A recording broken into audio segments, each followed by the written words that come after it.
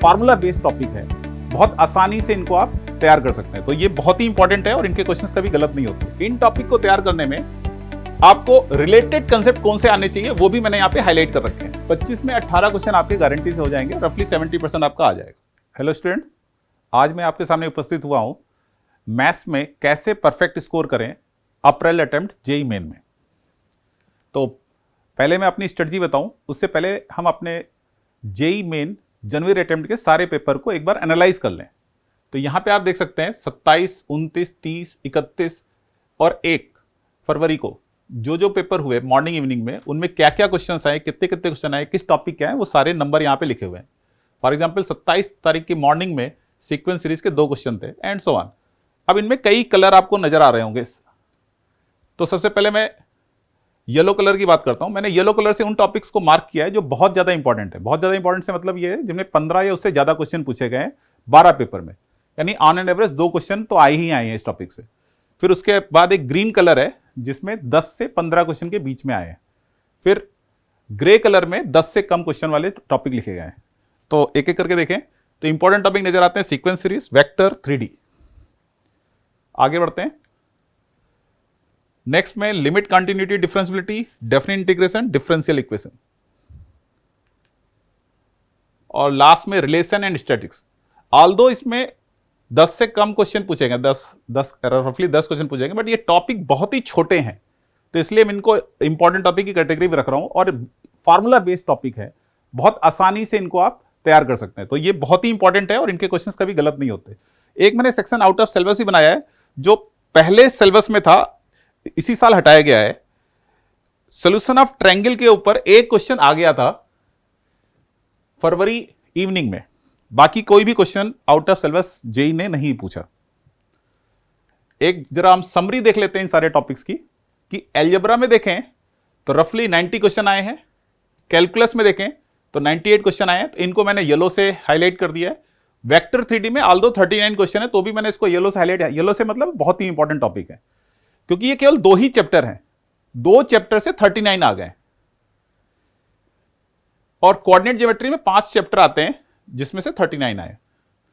Least important topic trigonometry दिख रहा है, जिसमें 12 ही क्वेश्चन पूछे गए। ट्रिग्नोमेट्री में हमारे पास 3 चैप्टर हैं, trigonometric ratio identity, trigonometric equations and inverse trigonometric function. Solution of triangle syllabus में है नहीं, ऑल्दो एक क्वेश्चन उन्होंने फरवरी वाले पेपर में पूछा था। अब मैं अपनी स्ट्रेटजी डिस्कस करता हूं। पहले मैं उन बच्चों के लिए डिस्कस कर रहा हूं जो कि एक मैथ्स में बिल्कुल ही नहीं कर पाते या बिल्कुल बॉर्डर लाइन पे हैं। तो वो ऐसा क्या करें कि कम से कम 40% तो स्कोर कर ही सके मैथ्स के पेपर में।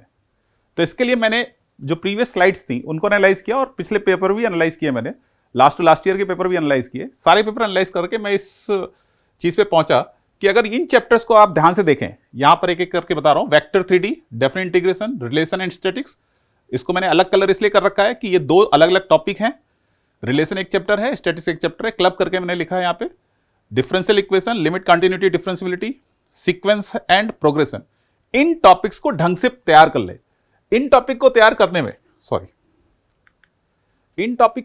में आपको रिलेटेड कंसेप्ट कौन से आने चाहिए वो भी मैंने यहां पे हाईलाइट कर रखे हैं। तो पहले मैं इनकी बात करता हूं। वेक्टर 3D मिला के 3 से 4 क्वेश्चन आ ही रहे हैं। डेफिनेट इंटीग्रेशन से 2 क्वेश्चन रफली आ ही रहे हैं, कभी 2 कभी 3 भी आए हैं। रिलेशन स्टैटिक्स से 2 क्वेश्चन आते ही आते हैं। डिफरेंशियल इक्वेशन से 1 से 2 क्वेश्चन पूछे गए हैं। लिमिट कंटिन्यूटी डिफरेंशियलिटी में भी 1 से 2 क्वेश्चन पूछे गए। सीक्वेंस एंड प्रोग्रेशन में भी 1 से 2 क्वेश्चन पूछे गए। अगर मैं मिनिमम भी पकड़ूं तो 3, 2, 5, 2, 7, 3, 10, आउट ऑफ 25 10 क्वेश्चन तो आपको मिलेंगे ही मिलेंगे इन टॉपिक से। अच्छा, इन टॉपिक को तैयार करने के साथ साथ आपको ये जो टॉपिक यहां रिलेटेड कंसेप्ट लिखे गए हैं, इनका बेसिक नॉलेज तो होना ही चाहिए। इनडेफिनेट इंटीग्रेशन का, अगर आप डेफिनेट इंटीग्रेशन तैयार करने जा रहे हैं तो इनडेफिनेट इंटीग्रेशन के फॉर्मूले आपको क्लियर होने चाहिए। मतलब जो इनडेफिनेट इंटीग्रेशन में अलग अलग फॉर्मूले हैं, अराउंड 30 फॉर्मूले हैं, तो वो आपको याद होने चाहिए। मेथड ऑफ डिफरेंशिएशन आपको आना चाहिए अगर आप डिफरेंशियल इक्वेशन कर रहे हैं। इनडेफिनेट आप ऑलरेडी यहां तैयार करेंगे, फंक्शन आप ऑलरेडी आप तैयार करेंगे। मतलब इन टॉपिक्स की आपको बेसिक नॉलेज होनी चाहिए और इन टॉपिक्स की आपको इनडेप्थ नॉलेज होनी चाहिए, तो आप ये सारे क्वेश्चंस कर पाएंगे। ऑल्दो मैंने यहां 40% स्कोर लिखा है, अगर आपने इन टॉपिक को भी ढंग से तैयार कर लिया तो ये 50-60% भी हो सकता है। अगर मैं इनके हायर साइड को पकड़ूं तो रफली 60% पे आप पहुंच जाएंगे। अब मैं आगे बढ़ता हूं। अब मैं उन बच्चों की बात कर रहा हूं जो ऑलरेडी कट ऑफ क्रॉस कर रहे हैं, मतलब 40% तो 30-40% आराम से क्रॉस कर लेते हैं, लेकिन अब उनको 50 से 60 का बैरियर क्रॉस करना है, 60% या उससे ज्यादा स्कोर करना चाहते हैं, तो वो क्या करें? तो जो प्रीवियस टॉपिक्स मैंने मार्क किए थे, वेक्टर 3D, डेफिनेट इंटीग्रेशन, ये सारे टॉपिक तो आपको तैयार करने ही करने हैं। इन एडिशन टू दैट, अगर आप AOD, area under curve, matrices, straight line and conic section इनको तैयार कर लें, तो आप 3, 2, 5, 2, 7, 3, 10 और ये 5 question out of 25 minimum 15 question की आपको गारंटी है। तो यानी 60% आप इजीली स्कोर कर लेंगे। ये मिनिमम की बात कर रहा हूं, अगर ये मैक्सिमम पकड़ें और ये टॉपिक भी आप तैयार कर लें तो आपका स्कोर 70, 75, 80 तक आराम से पहुंच जाएगा। इनमें आपने एमओडी ऑलरेडी तैयार कर रखा है, डेफिनेट इंटीग्रेशन आपका तैयारी है, यहां पे एक डिटरमिनेंट आपको एक्स्ट्रा तैयार करना पड़ेगा, या स्ट्रेट लाइन एंड सर्किल को आपको देखना पड़ेगा। अब मैं आगे बढ़ता हूं उन बच्चों के लिए जो ऑलरेडी 50 से 60% स्कोर कर रहे हैं, बट वो चाहते हैं कि उनको 75, 70 इसको कैसे क्रॉस करें, तो उसके लिए क्या स्ट्रेटजी होनी चाहिए। तो ये देखिए, मैंने केवल 3 चैप्टर बढ़ा दिए, complex number, PNC and probability. Complex number से गारंटी से एक क्वेश्चन आता है, पीएनसी से गारंटी से एक क्वेश्चन आता है, और प्रोबेबिलिटी से गारंटी से एक क्वेश्चन आता है।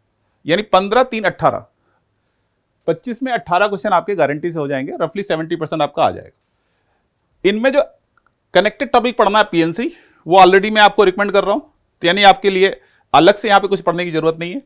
अगर इन चैप्टर्स को आपने ढंग से तैयार कर लिया तो डेफिनेटली आपके मिनिमम तो मिनिमम 70% आएंगे, और क्वेश्चंस का लेवल ऐसा है कि हर बच्चा कर सकता है अगर उसने चैप्टर को ढंग से पढ़ा हो। अब मैं इस बात पर डिस्कस करूंगा कि इनको पढ़ना कहां से है। तो आपके पास आपके क्लास नोट्स होंगे, फार्मूला सीट होगी, उनको आप रिवाइज करिए। क्लास नोट्स रिवाइज कर लिए, फार्मूला सीट रिवाइज कर लिए, उसके बाद जेई मेन के टॉपिक वाइज क्वेश्चंस निकाल लीजिए जो प्रीवियस ईयर के हैं। क्वाड्रेटिक इक्वेशन पे कितने क्वेश्चन आज तक पूछे गए, आपको ऐसी बुक्स मार्केट में मिलती है, उनको आप परचेस कर लिए। क्वाड्रेटिक इक्वेशन के जो क्वेश्चन हैं उनको सारा सॉल्व करिए, सीक्वेंस सीरीज के क्वेश्चन टॉपिक वाइज सॉल्व करिए, और हर चैप्टर के क्वेश्चन सॉल्व करिए जो भी मैंने प्रीवियसली रिकमेंड किए हैं। उनको सॉल्व करने के बाद जनवरी अटेम्प्ट के सारे पेपर ले लीजिए। 2024 में जनवरी अटेम्प्ट के जो पेपर थे, 12 पेपर हैं, उनको जिस टाइम पे वो हुए थे उन्हीं टाइम्स पे आप अटेम्प्ट करना शुरू करिए। और अगर आपको अपना अप्रैल अटेम्प्ट का टाइम जब मालूम पड़ जाए कि आपका इवनिंग है या मॉर्निंग है, तो उस टाइम पर अपनी अपनी बायोलॉजिकल क्लॉक को ऑप्टिमम परफॉर्मेंस के लिए ट्यून करिए। यानी कि अगर आपका मॉर्निंग में आना है तो आप कोशिश करिए सारे पेपर आप 9 से 12 में ही अटेम्प्ट करें, अगर इवनिंग में आना है तो आप इवनिंग के टाइम पे attempt. Wish you all the best for your April attempt JEE main.